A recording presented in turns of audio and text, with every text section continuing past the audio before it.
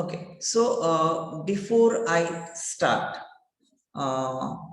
can someone tell me what do you people know about genetics? And I would prefer a little more interaction than just me speaking about it. Yes, anyone knows anything about genetics? I'm sure you have heard quite a lot, so please feel free to speak about it. Sir, I think it's somewhat related to the things uh, given from the parents to the offspring.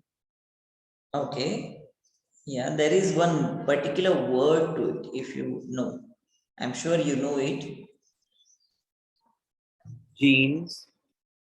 Yeah, genes is the material that gets transferred. But what is that process called as? Traits. I didn't get. What did you say? Traits. TRAITS. Traits. Yeah, again, these are the physical characteristics. Heredity. Yeah, heredity. That is the right word. So heredity is something. Anything else? Anyone else?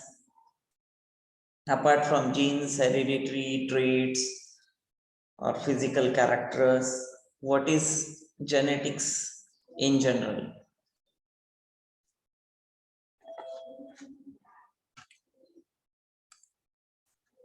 Sumedh, what do you think, Sumedh? Study of genes and genetic variation. So what do you study? What do you mean by study of genes exactly? Um, like heredity, right? Like what is transferred from one generation to another, like traits and characteristics. Okay, fine. Shantanu, Yes, sir. what do you think about genetics? What do you know?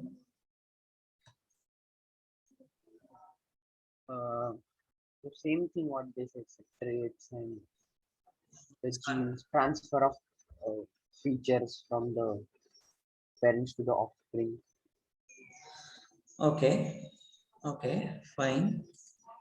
Anusha, Yeah, so it's the same thing, transmission of your genes or all of us from the parent to the offspring. okay. Is there anything else apart from this, whatever has been discussed in genetics? Sir, mutations. Sorry, come again. Mutations in the DNA.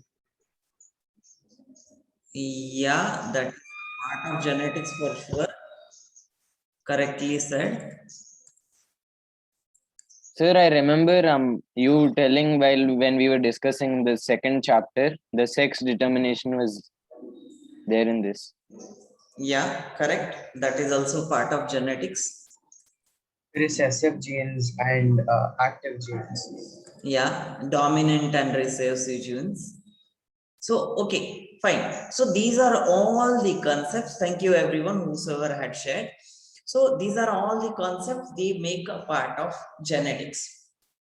So going by one, folding the layers of this genetics, we'll see what exactly does this genetics content as such. And this chapter is more like a basic overview of whole of the genetics as such, though not all the concepts, but quite a few are there in your syllabus. So like as always, I have mentioned the syllabus at the start of this presentation itself, so you know what all concepts are there.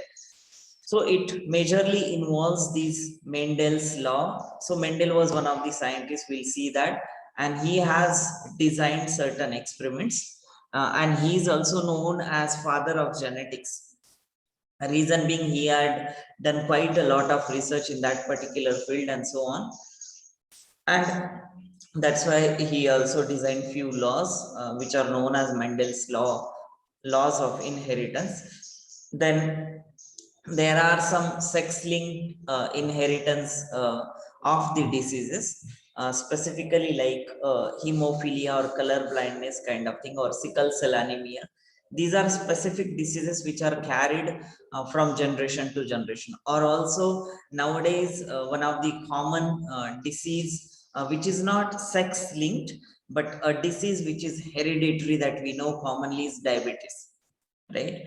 So like though it is not a sex linked means it is related to sex chromosome, and it is non-sex linked means it is related to autosome. So that differentiation also we'll see.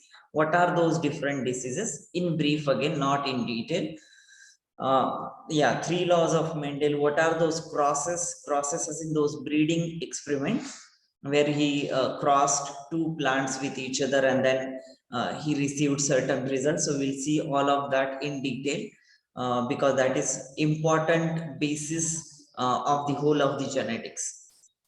Then there are various concepts like, of course, gene we had studied in the earlier classes, so we need not really visit in this class. But allele, heterozygous, homozygous, what is dominant, what is recessive, what are mutations, variation also we had studied quite a lot in the last chapter.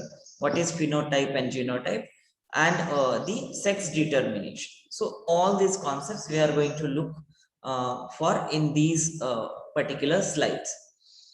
So starting with the basic concept or the definition of the genetics, it literally means that the study of transmission of body features. Body features, they can also be called in different words like characteristics, or they are also called as traits, as someone has mentioned it.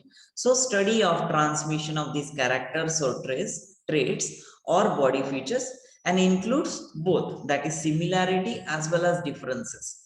Like from parent to the offspring, if you look, there are few characteristics which are same, there are few characteristics which are different. So that's why the study of transmission of body features from parents to offspring and the laws relating to such transmission. Laws as in not literally laws as a statement, but what are the principles of this transmission? That is what it means by the laws. So there are various such processes which are being included in the genetics. So if we have to define genetics in terms of field of study, genetics is a branch of biology, and it is concerned with study of genes, like again most of you have mentioned. And study of genes means not just what happens after transmission of genes from parents to the offspring, but also what will happen when that gene is deleted, or when a part is deleted, or when a like a mutation has happened in the single nucleotide, right? All these, they are related to the genotype and the phenotype, that is the gene makeup or the genetic material of the parent and of the offspring with their physical characteristics. So that is the whole study of it. Then genetic variation.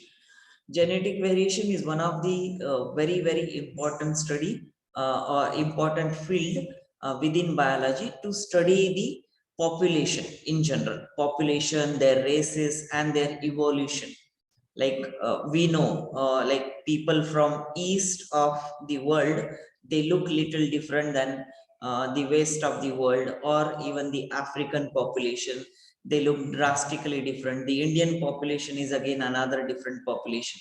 So that way, what are those genetic variants present in those organisms or those human beings? So, and that particular study is a part of genetic variation. And heredity in organisms, not only in human, but also in other organisms. How does this heredity is carried forward across the generations? That particular part of the biology is being studied in genetics. Majorly, genetics is divided into three main branches. Of course, there are several other branches as well, but these are the three main branches that I feel they are appropriate in terms of division of genetics. That is molecular genetics. Molecular genetics refers to, it is the molecular study of the genes. Molecular study means gene is a molecule. Molecule, everyone knows what is atom, element, and molecule. That way, gene is a molecule. And what happens to this molecule when it gets transferred or when it is present within the body? How does it function? All these processes related to that molecule of a gene is known as molecular genetics. And these are like subcellular process. Subcellular means within the cell, gene is present, or within the nucleus, gene is present. And what happens at that particular level, not at the phenotypic or the physical characteristics level. Of course, the effect will be on the physical characteristic, but what happens exactly at the very genetic level or very molecular level, that particular process is molecular genetics. Epigenetics. Has anyone heard of this term, epigenetics?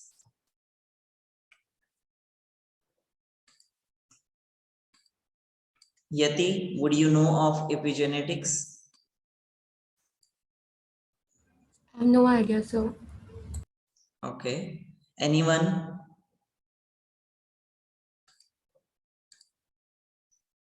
Akshay? Sir, I have heard of the term, but I don't know what it is.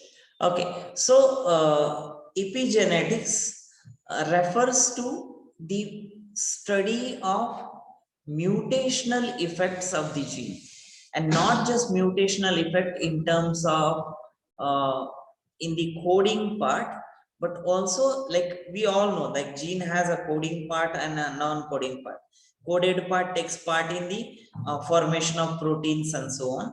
Non-coding part is more of a structural feature of the gene. Now, what does that mean is, let's say, okay, let me use board for this particular explanation, because it will be important for us to understand this particular field of study. So,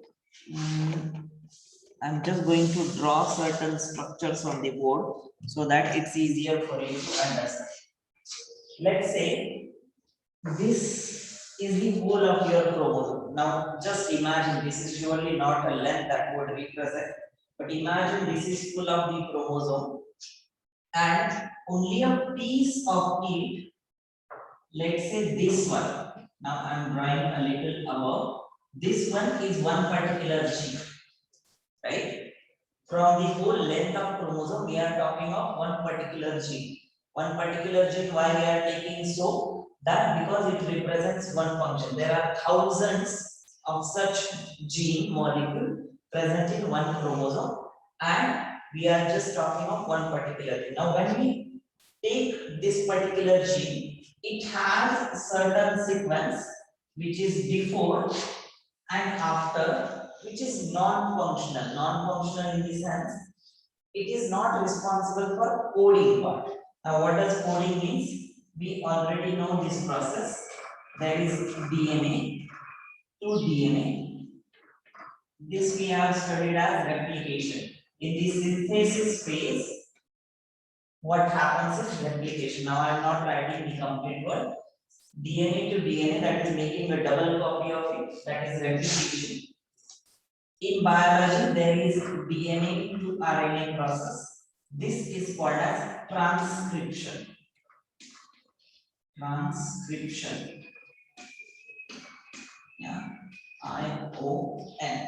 And from RNA to protein, this process is called as translation. Now, translation. So, if you look this process, that is DNA to DNA, DNA replication, DNA to RNA, transcription. So, this has the coded part as well as non-coded part. When it goes from DNA to RNA, that non-coded part is lost and only the coded part is written. It's something like, let's say you have a statement, I am a boy, but then between I and M you put something, some letter, and between M and A you put some other letter, and A and boy you put some other letter. And if you want, if you are being asked to make a meaningful sentence, you remove the rest of the letters and you just make that I am a boy, right? That analogy is perfect here. So there is coded as well as non-coded part here. Non-coded part is lost in RNA and only coded part or only the meaningful part is left in the RNA. This process is transcription. We all know there are transcripts, right? For like either results or copies of some things or legal copy, there are transcripts. That is the meaningful document. That is what is DNA to RNA. So only the coded part remains, non-coded part goes. And that coded part is made into functional unit. That is, proteins are the functional aspect of the cell. That is called as translation. Literally means translating. Let's say I give you like Arabic language to write or read, and you don't know anything of it, so you ultimately translate it to English or your mother tongue. So something similar, from non-understanding to understanding portion of the biological process. So this is the whole central dogma of biology. And why I am telling you this? Because at this particular place, from DNA to RNA, now this is a DNA, right? When it gets translated or transcribed into the RNA part, what happens is these parts or even within the gene, whatever is non-coded part is lost. And these processes, they are regulated by something called as transcription factors. Transcription factors, these are again some proteins which will regulate these processes. Regulate in the sense, they will control the processes. So, and that is where this particular epigenetics comes into picture. So, study of non-coding part of the gene along with these transcription factors and what happens to these genes when there are some mutation in the coded as well as non-coded parts. That is the study of your epigenetics. Okay, I hope this made it clear to everyone what is epigenetics. So mutation or changes in any of the coded and non-coded part of the DNA is the study of epigenetics. Okay, if you have any question, please do stop me. Otherwise, I'll keep on moving forward. So that was first we saw molecular genetics, gene as a molecule and its study, what happens at that molecular level. Epigenetics, any changes in terms of genetic code and then causing any effects on the cell or on the whole body and so on. That is epigenetics. And third one is population genetics. Now population genetic, again the name itself says quite a lot. It means that how does the genetics of the people affect either their physical characteristic or their behavioral characteristics. So that is what is population genetics. Any doubt, anyone on this part of this slide? Sir, during transcribe, what is it? Transcription. Transcription. What happens to the non-coded part? Where does it go after getting removed? So it's not a deletion as such. What happens is, like, you know, you have like a menu placed on a table. You just take whatever you need, correct? It's something similar in that process, and whatever is you are not taking is left at that place.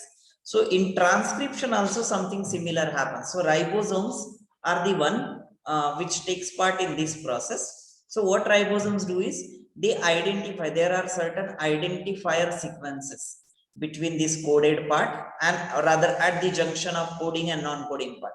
So in a stretch, there will be certain identifying sequences. So ribosomes will sit on those DNA structures and they will identify, okay, from here,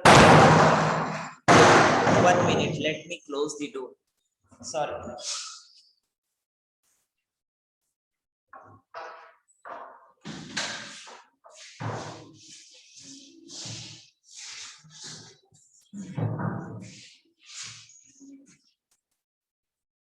Okay, I'm sorry, people. So between this coded and non-coded part, these identifier sequence are present. And so ribosome will identify from, let's say, 100th letter of that DNA to 500th letter of the DNA. This is the coded part. So ribosome will only transcribe that into RNA, and it is again a translation process. So what they will do is for so ATGC is in DNA. Instead of T in RNA, it is U. So AUGC. So that will be copied. If DNA has A, RNA will have A. If DNA has T, RNA will have U. GC will remain same. So that way, whatever is the sequence will be copied. Whatever is non-coded, ribosome will recognize it as it is not required. So it will skip that part. Now skipping is one of the process which it does by that looping and stuff. Again, this is a complicated process to understand as of now, but it just skips that part and it identifies the next identifier sequence in the coded part again. And that way it just translates whatever is required, and the rest that is not required is just left out to the original piece of DNA. Yeah, sir. Okay, anyone else, other questions? Okay, so I assume there are no questions there. So now, why should we study genetics? There are of course certain applications with respect to this field of genetics, and it is based on these three main principles, that is genetic screening, genetic counseling, and genetic engineering. Now, in case of genetic screening, it means you literally screen something like, for example, earlier when we were like not so aware of our own genetic makeup, until and unless Human Genome Project occurred, we were not aware of lot of our genes which are present in the human body or other human cells, and we did not know the functions. So that particular process of identifying the genes and their function is called as screening.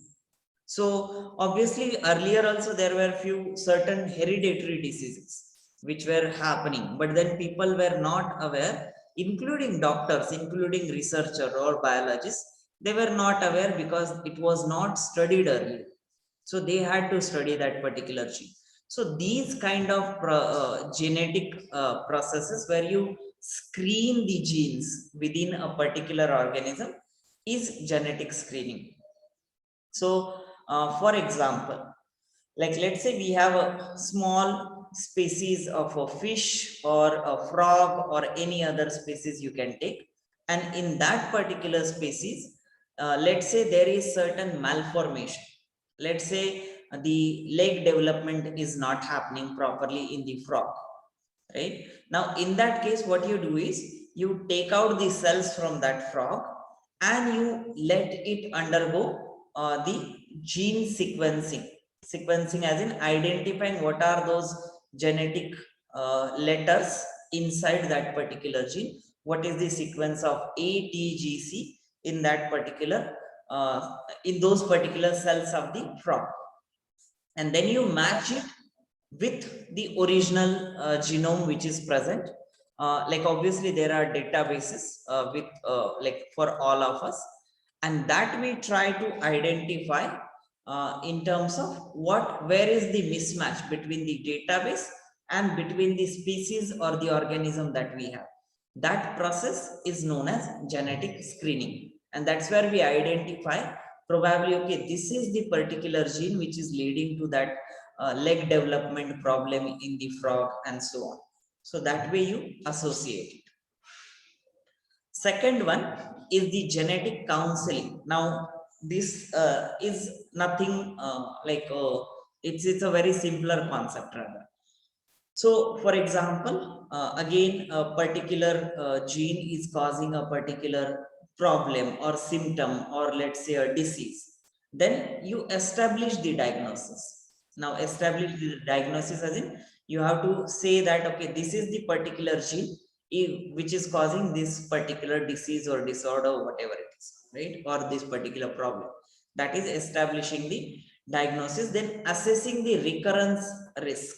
Recurrence risk is if a particular parent individual which is having a particular disease or disorder, how much is the risk that it will be passed on to the next generation. That is the recurrence risk. Communicate to the patient and family and the chance of recurrence. Of course, once you know the risk, you communicate, like usually the doctors and or the biologist, they communicate to the patient whosoever sample was analyzed, and provide the information regarding the problems due to this particular disease. And of course, like what could be the possible option, or what could be the possible problem that might arise in the future, or in the future generation rather, all the way. So that is called as genetic counseling. And this genetic counseling is very commonly done these days in these particular diseases which are genetic or hereditary diseases. We will see these diseases in the later part of the this particular uh, chapter. So that is hemophilia, sickle cell anemia, and thalassemia. In the meanwhile, if you need information, you can Google it out. But as of now, it is not required. Just remember, these are genetic disorder. We'll see them later. And the third phase is the genetic engineering, most important, and I'm sure you all have heard this name quite often. And it's also one of the fascinating fields for most of the youngsters these days. The reason being because in these there is some changes in the gene that you do, and then you try to create something totally extraordinary. Now, this is again, like I say, this is the notion that we have, that we can create like how it is being shown in the movies and stuff.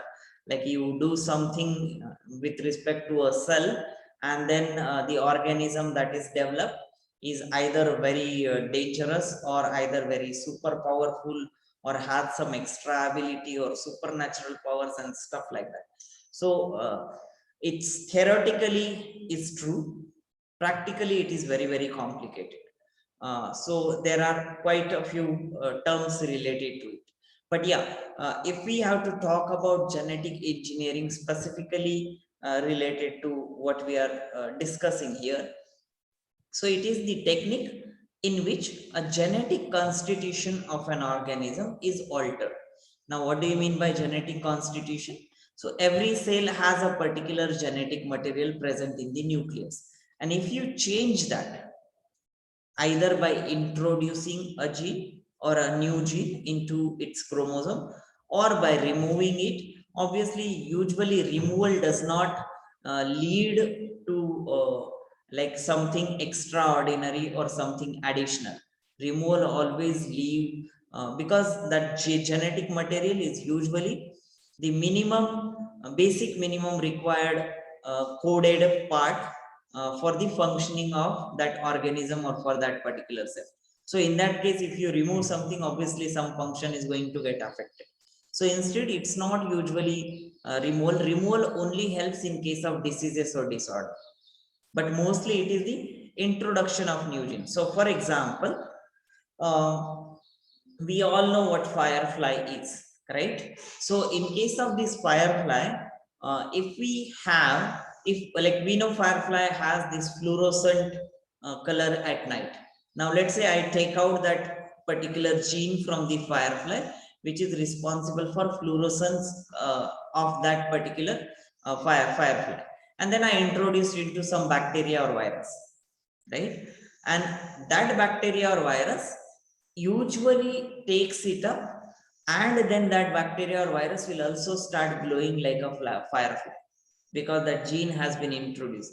Now, this is one of the very simplest example I have given, right? But otherwise, there are so many traits that we can like exchange or add to other organism. But again, do not think that this is one of the easier tasks. Like for example, you might think of, then why don't we add the bird's wing characteristic to the human, or maybe like some leopards fast moving ability into human, right? These are like very common things that would like a person would like to do, because then we get some kind of super powers. But that these processes, they cannot be directly added to human, because there is also something which is called as genetic compatibility, right? Genetic compatibility is one. Acceptance and development of that feature from the embryonic stage, that is most important. Nothing can happen randomly like on its own. It has to have a certain time. Like whatever we are as a human being has been because of the millions of years of adaptation to a particular environment, right? So, and if you try to change it within a span of few months or few years, it may or may not survive. More chances that it may not survive at all, right? And there are reasons, because the adaptability is one of the feature which is lost if you try to change that genetic makeup. The genes also have been evolved in human being. Evolved in the sense, whatever was present in the earlier version of the human, let's say of Neanderthalensis and so on, those Homo species, to what we are, Homo sapiens now, there has been drastic evolution in terms of genetic makeup as well. So all these studies, they involve the genetic engineering, right? Now, this we are talking of the animals, right?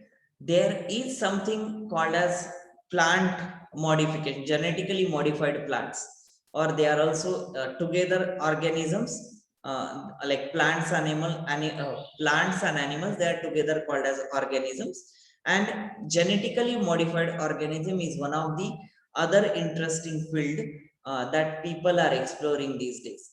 You might have heard of a Dolly, which was one of the first genetically engineered like baby as in a ship, and the name was Dolly. I guess it passed away some time back, but long back, this genetically modified creature, perfect ship, was developed artificially. Again, artificially does not mean in a like non-biological environment. It was still a biological environment. That's where she was grown, but that was done artificially with human intervention. So that they are called as genetically modified organism. Again, the earlier case that I gave an example of firefly gene being put into bacteria virus, that will still also be considered as genetically modified organism. BT cotton, that you might have heard of as an example, that cotton species which is resistant to some of the pesticides which used to kill the whole of the crop of cotton, that is also a genetically modified plant or genetically modified organism. So these are the experiments which are done in the genetic engineering aspect, where they are done to grow the like that particular organism can grow and multiply faster rate, and the gene product is obtained in large quantities. Now this is one of the major advantage, or rather a good advantage of genetic engineering. This genetically modification of the other organisms and species in terms of plants and animals may not be so helpful, but specifically when it comes to the medicinal approach, it is very very helpful in the sense, for example, let's say we want to produce insulin. Now, in a human body, insulin is produced in hardly few microgram or milligram quantity, right? And if you want to give it to a diabetic patient, you need an additional uh, insulin, and you surely cannot extract it through human being, because it's a difficult process, difficult and also not ethical process. So in that case, what usually happens is, these insulin genes, they are being taken from the human, and they are being inserted into a bacteria, and that bacteria is allowed to reproduce. So along with the bacteria's own genes, it will also translate insulin gene which has been additionally provided to it. and you get insulin synthesized from that bacterial culture. Now then you extract the insulin from there, so you have quite a lot of insulin. Also, I had given one example probably, like usually the doubling time of the bacteria or virus, they are super fast. Within 20 minutes, they double, or depends on what type of bacteria it is. It might differ a bit, but let's assume if it is 20 to 30 minutes, within a day, you get quite millions of copies of one single bacteria. And obviously, we already have millions of bacteria. So that becomes millions, right? So those many copies, and each of those bacteria producing insulin. So you may imagine the amount of insulin you are getting at the end of this process. So that way, it has been very helpful. And it's not just insulin. There are like many other hormones which are protein based. They have been synthesized using these genetic re-engineering methods. There are certain antibiotics or certain like antibodies or antigens or proteins. They have been synthesized to a large extent using these genetically modified organisms. Okay, any question here so far?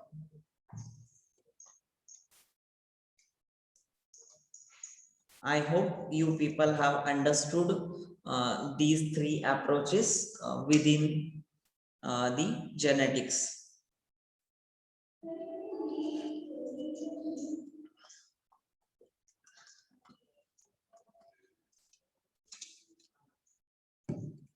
Okay, so then I assume that there are no questions. Moving forward, or shall we stop here? Because this will be 12:50. How much time it will take? Okay, we can finish this one particular slide and then we can stop after this. Okay, strange. Okay, so like you know the basics of heredity, but again using those specific biological terminology, we should be able to explain heredity. So heredity refers to the transmission of genetically based characteristics from parents to offspring. Now we usually say some physical characteristics transferred from parents to offspring, but on what basis? It is on the basis of the genetic makeup, right? So a transmission of genetically based character, that is the important word, genetically. So transmission of genetically based characteristic from parents to offspring. Again, I know few students, they miss like last year and also previous years, I know they have habit of using parents to children. Now, children is not literally a right biological term in this explanation, though it fits right, but that is not, it's just the English equivalent. It is not the biological equivalent. So we should always mention from parent to offspring and not the children, though they are children, but we should write that parents to offspring. These are just minute details because in your board exams, you have marks to the keywords as well.